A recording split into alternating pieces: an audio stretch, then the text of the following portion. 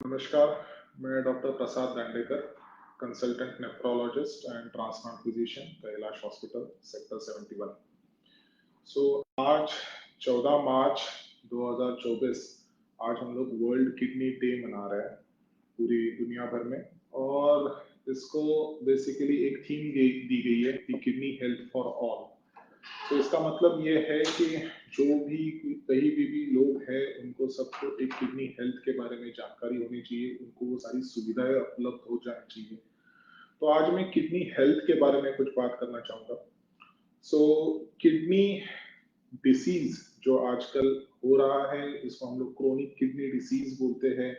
Kidney disease के multiple types होते हैं, उसमें जो सबसे खतरनाक जो होती है बीमारी जिसको क्रोनिक किडनी डिसीज जो बोलते हैं, वो आजकल पूरी दुनिया भर में 1/10 ऑफ पॉपुलेशन को अफेक्ट कर रही है। अगर हम भारत में देखें तो भारत में अराउंड 2 से 2.5 लाख पेशेंट्स जनरेट होते हैं per year due to chronic kidney disease. और उसमें से बस 25 से 30% पेशेंट्स होते हैं जिनको डायलिसिस की सुविधाएं मिल पाती है। कुछ 5 से 10% पेशेंट्स ये होते हैं जिनको किडनी ट्रांसप्लांट मिल पाता है। सो किडनी डिसीज आजकल काफी डरावनी डिसीज हो गई है। कई हद तक बहुत सारे पॉपुलेशन को अफेक्ट कर रही है और कई सारा पॉपुलेशन किडनी हेल्थ के बारे में जानता नहीं है, उसकी वजह से वो और भी ज्यादा सफर करता है। मैं कुछ किडनीज के फंक्शंस के बारे में पहले बात करूंगा आपसे। हमारे पीठ के पीछे दोनों तरफ किडनीज रहती है, 2 किडनीज, और उनके मल्टीपल फंक्शंस होते हैं हमारी बॉडी में। जैसे कि सबसे मेन तो हमारी खून की सफाई।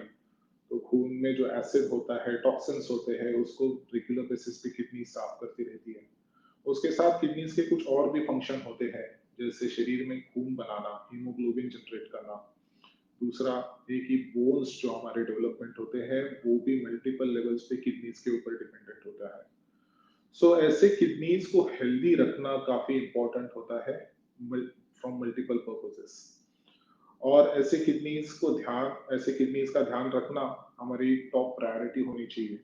तो उसके लिए मैं कुछ टिप्स दूंगा जिससे हमारी किडनीज हेल्दी रहे, हम क्रोनिक किडनी डिसीज का शिकार ना बन पाए।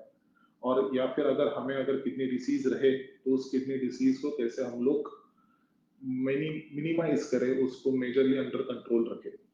सबसे पहले टिप है, first and foremost, stay active and stay fit. तो इसका मतलब ये है कि अगर रेगुलर एक्सरसाइज करेंगे, अगर डेली एटलीस्ट 30 मिनट्स अगर हम लोग एक रेगुलर लेवल पे अगर एक्सरसाइज करें, एक एरोबिक एक्सरसाइज अगर हमारा चलता रहे, तो उससे जो टॉक्सिन्स जनरेट होते हैं उसके वजह से जो किडनी के ऊपर असर होता है वो मेजरली कम होता है।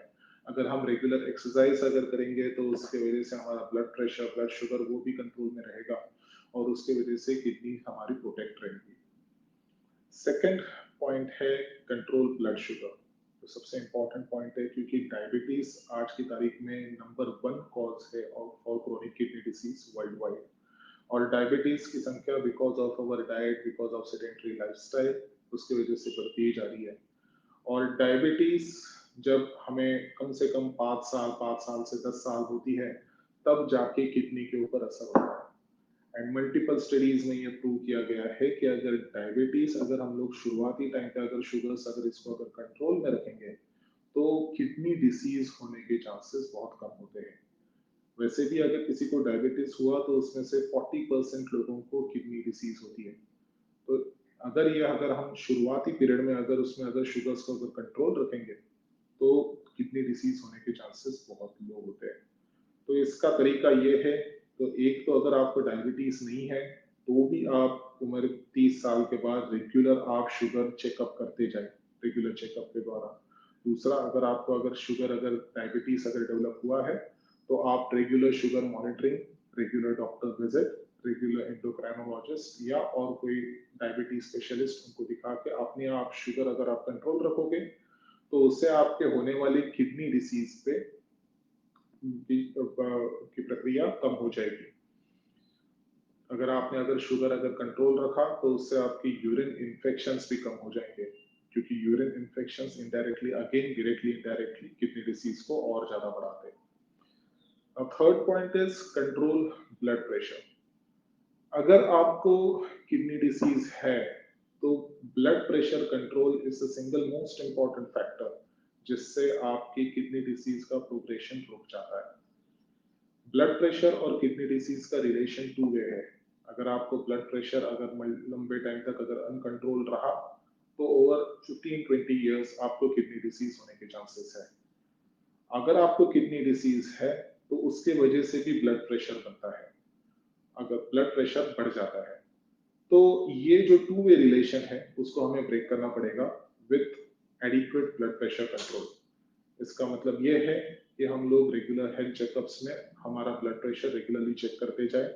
अगर आपको ब्लड प्रेशर की बीमारी पहले से है तो उसको और भी ज्यादा स्ट्रिंजेंट वे में डेली बेसिस पे एक ब्लड प्रेशर का मशीन अगर हम लोग ने अगर घर पे खरीद के रखा इलेक्ट्रॉनिक मशीन तो उससे हम लोग डेली भी देख के उसमें अगर ब्लड प्रेशर अगर हमारा 120/80 से अगर ऊपर जाता रहेगा तो हम लोग उसको और कंट्रोल कर सकते हैं।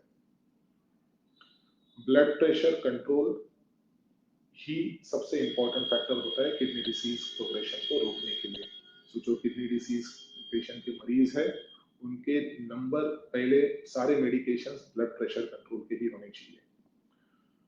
तो नेक्स्ट जो टिप है कि monitor weight and diet control. तो बेसिकली ये तो स्टे एक्टिव स्टे फिट का ही पार्ट हो गया, बट वेट के बारे में अलग सी बात करने का मतलब इस वजह से क्योंकि अगर ओबेसिटी है, अगर आपका बीएमआई अगर 40 के ऊपर है तो आपकी ओबेसिटी आपकी किडनी डिसीज को और भी ज्यादा प्रोपोगेट करती है। ओबेसिटी के वजह से जो शरीर में और भी ज्यादा टॉक्सिन्स एंडोटॉक्सिन्स बनते हैं, एंडोथेलियल टॉक्सिन्स बनते हैं, उसके किडनी के ऊपर और भी ज्यादा असर होता है।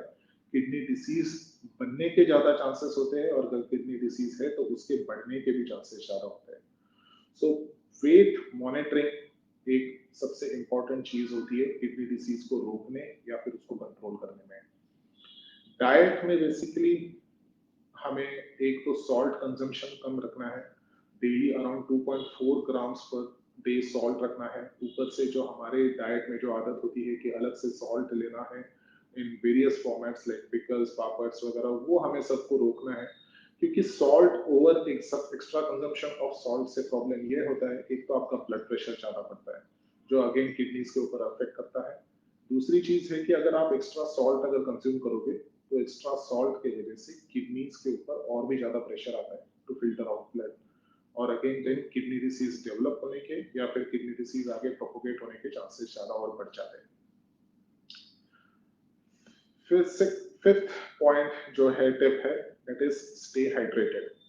तो ये बहुत ही क्लीशे एडवाइस है, सब लोग आपको बताएंगे कहीं पे भी आप कोई भी फोरम में जाएंगे कि आपको पानी ज्यादा पीना चाहिए, बट एज एन नेफ्रोलॉजिस्ट मैं सबसे ज्यादा इसके बारे में इंपॉर्टेंस जानता हूँ क्योंकि मेजोरिटी ऑफ द टाइम्स हम लोग जो देखते हैं पेशेंट जिनको किडनी डिसीज डेवलप होते हैं या फिर किडनी डिसीज के जो हम लोग अक्यूट किडनी इंजरी वाला एक फॉर्मेट देखते हैं जो टेम्पररी कभी कभी किडनी में असर होता है जो आगे जाके फिर किडनी डिसीज के ऊपर और ज्यादा इम्पैक्ट ला सकता है। मेजोरिटी ऑफ द टाइम्स वो प्रॉब्लम डिहाइड्रेशन की वजह से भी आ सकता है।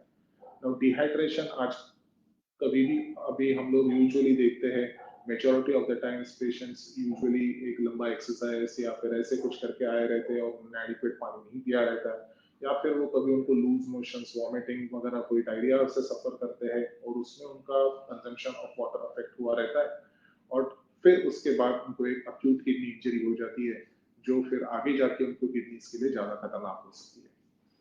So, कम से कम around daily 7 to 8 glasses of water, at least 2 to 3 liters of water minimum consumption is important to protect your kidneys. So next point है is stop smoking. Now usually smoking के जितने भी ad campaigns होते हैं जहाँ पे भी हम लोग smoking के health related issues देखते हैं वो usually related to lung and heart होते हैं, related to cancers होते हैं। बट बहुत कम लोगों को ये पता है कि स्मोकिंग अगेन किडनी हेल्थ के ऊपर भी अफेक्ट करता है। स्मोकिंग से जो अंदर जो टॉक्सिन्स आते हैं, जो एंडोथेलियल टॉक्सिन्स जो जनरेट होते हैं, वो अगेन आपकी किडनीज को और भी ज्यादा खराब करते हैं। किडनी डिसीज शुरू होने या किडनी डिसीज आगे बढ़ने पे सबसे इंपॉर्टेंट और एक फैक्टर है कि स्मोकिंग। बट आपने अगर आज अगर स्मोकिंग आप करते हो, आप अगर चेन स्मोकर हो और आपने अगर स्मोकिंग अगर बंद कर दी तो इसका एक अच्छा फायदा होता है कि स्मोकिंग आपने अगर बंद कर दी तो अगेन बाकी सारे हेल्थ बेनिफिट्स के साथ आपकी किडनी प्रॉब्लम जो है वो भी आपकी वापस रिवर्सिबिलिटी है उसमें। तो ये पाया गया है कि आपने अगर स्मोकिंग अगर छोड़ दी तो उसमें किडनी डिसीज जो है तो उसके ऊपर जो इफेक्ट हुआ है वो भी रिवर्स होने लगेगा। नेक्स्ट सबसे इंपॉर्टेंट फैक्टर है avoid over the counter medications. क्योंकि आजकल हम लोग देखते हैं कि वेरियस कंपनीज आते हैं, नंबर ऑफ मेडिकेशंस बनाते हैं और लोग सीधा फार्मेसी में जाके मेडिकेशंस ले लेते हैं बिना कोई डॉक्टर की एडवाइस के, और सीधा जाके वो मेडिकेशंस लेते हैं और वो कंज्यूम करते हैं। ये मेडिकेशंस इनडायरेक्टली डायरेक्टली उनके किडनीज के ऊपर असर करती है और उसके वजह से उनको अक्यूट किडनी इंजरी या फिर कभी कभी अगर लंबे टाइम तक अगर यूज किया तो ये क्रोनिक किडनी डिसीज भी हो सकता है जो बेसिकली रिवर्सिबल ना हो।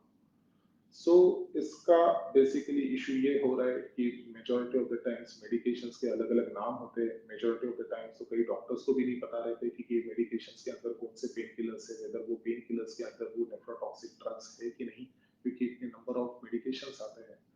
सो मेजोरिटी ऑफ द टाइम्स आपको ओवर द काउंटर मेडिकेशंस आपको अवॉइड करने हैं। आपको अगर किडनी डिसीज है तो आपको अपने नेफ्रोलॉजिस्ट से पूछना है कि ये मेडिकेशन मैं ले सकता हूँ या नहीं। अगर आपको किसी तरह से अगर आपको पेन हो रहा है, लंबे टाइम तक अगर कोई दर्द हो रहा है, तो आप किडनी साइड से सेफ जो मेडिकेशंस होते हैं, जो बेसिकली पेन किलर्स होते हैं जिनका किडनीज के ऊपर असर नहीं होता है, ऐसे मेडिकेशंस ले ले।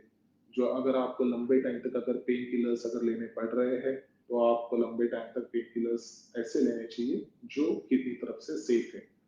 तो इसका एडवाइस आपको डॉक्टर्स ही दे पाएंगे, एक नेफ्रोलॉजिस्ट ही दे पाएगा, तो आपको उसको कंसल्ट करना चाहिए। क्या आपको पता था कि आप जो एसिडिटी के लिए अगर कोई मेडिकेशन लेते हैं, अगर आप लंबे टाइम तक अगर आप लेते रहोगे तो उसके वजह से भी क्रोनिक किडनी डिसीज हो सकता है। जो एसिडिटी का मेडिकेशन है जो हम लोग over the counter regularly abuse करते हैं, उससे भी क्रोनिक किडनी डिसीज हो सकता है। लास्ट पॉइंट है रेगुलर हेल्थ चेकअप्स। नाउ ये मैं I can't stress more upon this fact कि रेगुलर हेल्थ चेकअप्स करने चाहिए, क्योंकि मेजॉरिटी ऑफ द डिसीजेस आपको शुरुआती स्टेजेस में कभी भी कोई साइंस एंड सिम्टम्स नहीं दिखाएंगे। जो क्रोनिक किडनी डिसीज होता है उसके भी अराउंड स्टेज 3 स्टेज 4 तक कोई भी साइंस एंड सिम्टम्स नहीं दिखते अनलेस आप रिपोर्ट्स नहीं कराओगे। अगर आप अपना अगर रेगुलर अगर हेल्थ चेकअप नहीं कराओगे तब तक आपको कभी नहीं पता चलता। ब्लड प्रेशर को एक साइलेंट किलर माना गया है। साइलेंट किलर इसलिए क्योंकि शुरुआती पीरियड में तो ब्लड प्रेशर की वजह से भी कभी कोई साइंस एंड सिम्टम्स नहीं आते। जब ब्लड प्रेशर एक लेवल के ऊपर हो जाता है तब सर में दर्द होने लगता है, तब जाके फिर हम ब्लड प्रेशर देखते हैं और तब तक ज्यादा देर हुई रहती है क्योंकि ब्लड प्रेशर में ऑलरेडी मल्टीपल ऑर्गन्स को अफेक्ट करना शुरू किया रहता है, उसमें से एक किडनी भी है। तो ऐसे में रेगुलर हेल्थ चेकअप का इंपॉर्टेंस बहुत ज्यादा होता है। हमारे हेल्थ चेकअप में एक कंप्लीट ब्लड काउंट, शुगर, एक लिपिड प्रोफाइल और किडनी फंक्शन टेस्ट ये हमेशा हो जाना चाहिए। एक उम्र 30 के बाद अगर आप रेगुलर अगर हेल्थ चेकअप्स करते रहोगे, साल में एटलीस्ट एक बार ये सारे अगर आपके ब्लड टेस्ट हो जाए, आपका ब्लड प्रेशर चेक हो जाए, आपकी ब्लड शुगर्स चेक हो जाए, तो आप ये जो होने वाली बीमारियां है इसको बहुत ही इनिशियल स्टेजेस में पकड़ सकते हो। और एक बार इनिशियल स्टेज में अगर किसी अगर बीमारी को अगर पकड़ ली तो फिर वो बीमारी कई बार रिवर्सिबल भी होती है। या फिर अगर हम लोग ने इसको अगर इनिशियल स्टेजेस में अगर नहीं पकड़ा, अगर ये आगे जाके अगर प्रोग्रेस हुई तो उसके रिवर्सिबिलिटी के भी चांसेस कम हो जाते हैं, जिसको हम लोग बोलते हैं कि क्रोनिसिटी होगी। जो क्रोनिक किडनी डिसीज जो डेवलप हुआ, एक बार कोई चीज अगर क्रोनिक हो जाती है तो फिर वो रिवर्सिबल नहीं होती। तो ये सारे टिप्स का आप ध्यान रखिए अपने किडनी हेल्थ के बारे में। इस बार हम लोग 14 ऑफ मार्च को हम लोग बात कर रहे हैं, बट उम्मीद करता हूँ कि आप अपने यूजुअल जीवन में भी इसके बारे में सब जान लेंगे। एक कभी भी आपको कोई किडनी डिसीज के बारे में अगर कोई अपने या खुद को या अपने रिलेटिव को अगर कुछ हुआ है तो किडनी डिसीज से अगर वो अफेक्ट हुआ है तो उसको आप एक नेफ्रोलॉजिस्ट से दिखवाएं, ताकि किडनी डिसीज जैसी भयंकर बीमारी को हम लोग इनिशियल स्टेजेस में पकड़ लें और उसको रिवर्सिबल करने में ट्राई करेंगे। Thank you. अगर कोई क्वेश्चंस रहेंगे तो आई विल आंसर देम।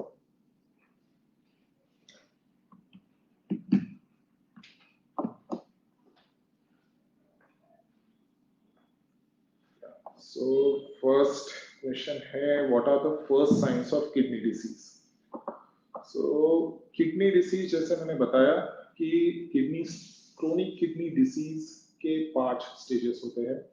तो इनिशियल जो 3 से 4 स्टेजेस रहते हैं उसमें यूजुअली कोई साइंस एंड सिम्टम्स हमें दिखाई नहीं देते, बट जनरल कोई किडनी डिसीज, ऐसे क्रोनिक किडनी डिसीज जब उस लेवल के बाद जब जाती है तो हमें रेगुलर थकान महसूस होने लगती है, हमें भूख कम लगने लगती है, हमें हमारे शरीर में खून कम बनना शुरू होता है जिसको हम लोग अनीमिया कहते हैं, उसकी वजह से थकान और ज्यादा बढ़ जाती है।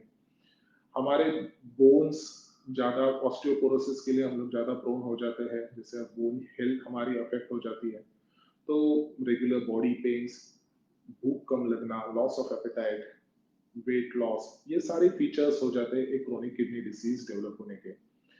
कई बार क्रोनिक किडनी डिसीज जब एक बार स्टेज 3 स्टेज 4 के आगे स्टेज 5 में अगर पता हो जाए तो उसका फिर और भी ज्यादा सिम्टम्स आने लगते हैं, जैसे शरीर में पानी इकट्ठा होने लग जाता है, हमारे शरीर में सारे सांस फूलने लगती है, पानी इकट्ठा हो जाने लगता है, पैरों पे सूजन आने लगती है, चेहरे पे सूजन आने लगती है। तो ये जब आगे जाके जब किडनी डिसीज आगे डेवलप होती है तो उसके वजह से होता है।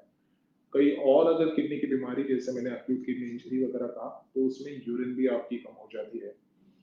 कोई ऐसी भी बीमारियां रहती है जैसे डायबिटीज में भी, कि किडनी में प्रोटीन लीकेज होने लगता है, तो इसके चक्कर में बेसिकली ये होता है कि आपको यूरिन में ज्यादा झाग दिखने लगे।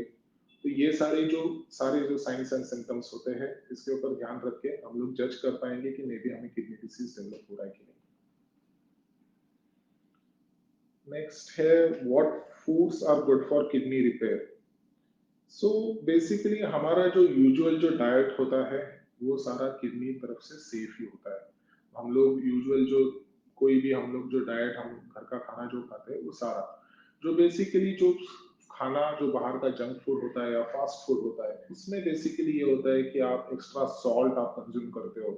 तो ये जो एक्स्ट्रा सॉल्ट जो कंज्यूम करते हैं वो आपके किडनी के ऊपर ज्यादा टॉक्सिक करती है और उसको आपकी किडनी डिसीज को और भी ज्यादा प्रोग्रेशन करवाती है। ऐसा कोई अलग सा फूड नहीं बनाए जिससे किडनीज और ज्यादा हेल्दी हो। आप नॉर्मल खाना खाओ, less salt, more water, okay, जिससे आपकी किडनीज आपकी हेल्दी रहे। आप अगर आपको अगर किडनी डिसीज है और वो इनिशियल स्टेजेस में है, जैसे स्टेज 3 टू स्टेज 4 में है, तो एक एडवाइस ये रहती है कि आप ओवरटली ज्यादा प्रोटीन ना खाएं। हमारे शरीर को 1 ग्राम पर केजी पर डे प्रोटीन की जरूरत होती है।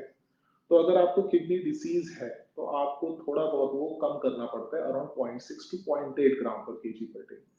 तो या फिर इसका मतलब मोटा यही होता है कि अगर डेली अगर कोई ऐसे हाईली प्रोटीनेशियस चीजें खा रहे हैं, जैसे आप डेली अगर बेसिस पे अगर नॉनवेज खा रहे हैं, तो उसको आप कम करके आप हफ्ते में एक बार कर दो। आपके शरीर को प्रोटीन की रिक्वायरमेंट है, बट आपको अगर किडनी डिसीज है तो वो प्रोटीन फिल्टर होने की क्षमता कम रहती है, उससे प्रोटीन से ज्यादा किडनी के ऊपर टॉक्सिक हो सकता है। तो आप अपने आप को अंडर नरिश्ड ना रखें, but at the same time इसका भी ख्याल रखें कि आप ओवरली ज्यादा प्रोटीन नहीं ले रहे। What are the first signs of kidney damage from alcohol? So basically alcohol सीधे डायरेक्टली कोई as such kidney disease cause नहीं करता, बट अल्कोहल से आपके ब्लड प्रेशर के ऊपर ज्यादा असर पड़ता है और ब्लड प्रेशर फिर आगे जाके किडनी डिसीज को और ज्यादा प्रोपोगेट करता है।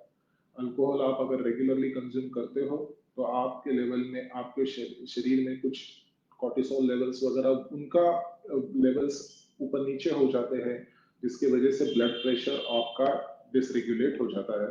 आपका ब्लड प्रेशर हाई होने के चांसेस ज्यादा रहते हैं ड्यूरिंग योर स्लीप और उसकी वजह से किडनी डिसीज के ऊपर और भी ज्यादा असर होगा। नेक्स्ट है, will a kidney infection go away on its own? So kidney infection अगर हुआ है, जिसको हम लोग मेडिकल टर्म्स में पाइलोनेफ्राइटिस कहते हैं, तो ये पाइलोनेफ्राइटिस इजीली ट्रीट नहीं होता। कई बार ये ओरल मेडिकेशन से भी ट्रीट नहीं होता। इसको अगर पाइलोनेफ्राइटिस हुआ है तो इसको आपको एक नेफ्रोलॉजिस्ट को दिखाना है। कई बार उसको most majority of the times हमें पेशेंट को ऐसे एडमिट भी करना पड़ता है और ऐसे पेशेंट को आईवी एंटीबायोटिक्स लगते हैं। इन्फेक्शन अवॉइड करने का तरीका ये है कि अगर आपको डायबिटीज है तो शुगर कंट्रोल, अगर आपको कोई प्रोस्टेट इशू है तो एक यूरोलॉजिस्ट को दिखाएं, प्रोस्टेट की दवाइयाँ खाएं। अगर आपको कोई ब्लैडर इश्यूज है जिसकी वजह से आपकी यूरिन अगर ज़्यादा अंदर होल्ड हो जाती है या फिर बार बार होते हैं, तो उसको एक तो मेडिकेशंस डॉक्टर की सलाह से उसको सॉर्ट आउट कर लें। तीसरी चीज ये है कि अगर आपका अगर यूरिन अगर प्रेशर अगर बार बार अगर बनता है तो आप बार बार उसको आप ब्लैडर को इवैक्यूएट कर ले, ज्यादा टाइम तक अंदर ब्लैडर में यूरिन इकट्ठा ना होने दे, जिससे आपको इन्फेक्शन ना डेवलप हो। एक कई बार यूरिन इन्फेक्शन बार बार होने की वजह से भी किडनी के ऊपर असर होता है, तो इन्फेक्शन का तब खास करके ख्याल रखना होता है ऐसे पेशेंट्स में।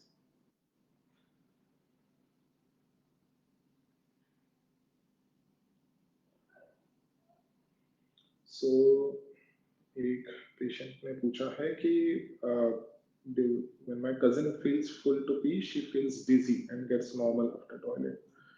So ये बेसिकली इशू है इसमें, इसको हम लोग ऑटोनोमिक न्यूरोपैथी कहते हैं। तो ऐसे पेशेंट्स को बेसिकली होता है कि कोई यूरिन करते टाइम उनको एक ब्लड प्रेशर उनका अपने आप एक ड्रॉप होने लगता है, तो उसके वजह से उनको डिजी फील होता रहेगा। तो ऐसे केस में आप एक बार उनको लेके एक डॉक्टर को दिखा दीजिए, एक नेफ्रोलॉजिस्ट को दिखा दीजिए, ताकि उनका ब्लड प्रेशर हम लोग देख ले, एक कि उनको केस ऐसी कंडीशन में ऑटोनोमिक न्यूरोपैथी तो नहीं डेवलप हो रही है, और अगर ऑटोनोमिक न्यूरोपैथी अगर है तो उसका फिर हम लोग ट्रीटमेंट करेंगे। सो नेक्स्ट क्वेश्चन है, is swelling of the leg related to kidney disease? तो majority of the times yes, क्योंकि अगर आपके पैरों पे अगर स्वेलिंग आई है तो एक होता है कि जिसको हम लोग बोलते हैं फिजियोलॉजिकल इडीमा, जो यूजुअली आपका ब्लड सर्कुलेशन वहां पे स्टेसिस होने की वजह से कई कई बार स्वेलिंग आती है। बट अगर ऐसी अगर स्वेलिंग अगर आपको रेगुलर बेसिस पे अगर हो रही है, तो आपको सबसे पहले इसकी जांच करके लेनी है। आपको आपका किडनी फंक्शन टेस्ट एक देखना है, साथ में एक बार यूरिन भी देखनी है, क्योंकि यूरिन एग्जामिनेशन में अगर समझो अगर आपके यूरिन में अगर प्रोटीन लीकेज होता रहेगा, तो ये प्रोटीन लीकेज की वजह से भी पैरों पे सूजन आती है। सो नेक्स्ट है, what to avoid with kidney infection? So kidney infection अगर अगर आपको है तो सबसे पहले तो वही है कि आपको आईवी एंटीबायोटिक्स से ट्रीट होना पड़ेगा। और ऐसे पेशेंट्स को mainly majority of the times ये होता है, दो इश्यूज होते हैं, एक तो डायबिटीज होता है, तो ऐसी कंडीशन में आपको शुगर आपके अंडर कंट्रोल रखने हैं, आपको एक डायबिटिक डाइट आपको फॉलो करना है। तो आपने अगर डायबिटिक डाइट अगर आपने अगर ज़्यादा अगर हेवीली शुगर कंजम्पशन अगर रहा गया, तो ऐसी कंडीशन में आपका इन्फेक्शन और भी ज़्यादा प्रोपोगेट हो जाएगा।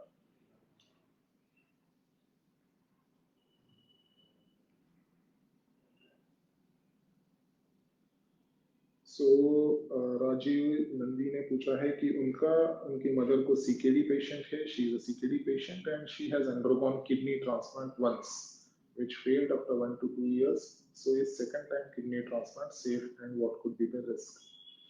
So yes, second time kidney transplant very much possible है। ओके अगर सेकंड टाइम किडनी ट्रांसप्लांट में ऑफ कोर्स एक रिस्क ऑफ रिजेक्शन होती है, बट विद प्रॉपर इवैल्यूएशन, अगर आपने अगर अगर एक नेफ्रोलॉजिस्ट की सलाह से आप देख लें कि उसमें आपके शरीर में एंटीबॉडीज कितने हैं, अगर वो एंटीबॉडीज है तो उसका इलाज क्या किया जा सकता है, एक प्रॉपर इवैल्यूएशन प्रॉपर उस एंटीबॉडीज का ट्रीटमेंट के बाद second kidney transplant is very much possible.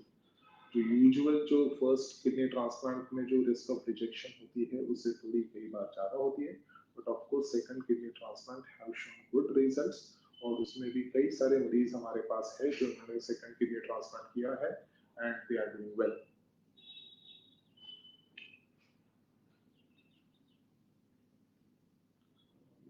That is the last question of the day. और कोई आ रहा है क्वेश्चन?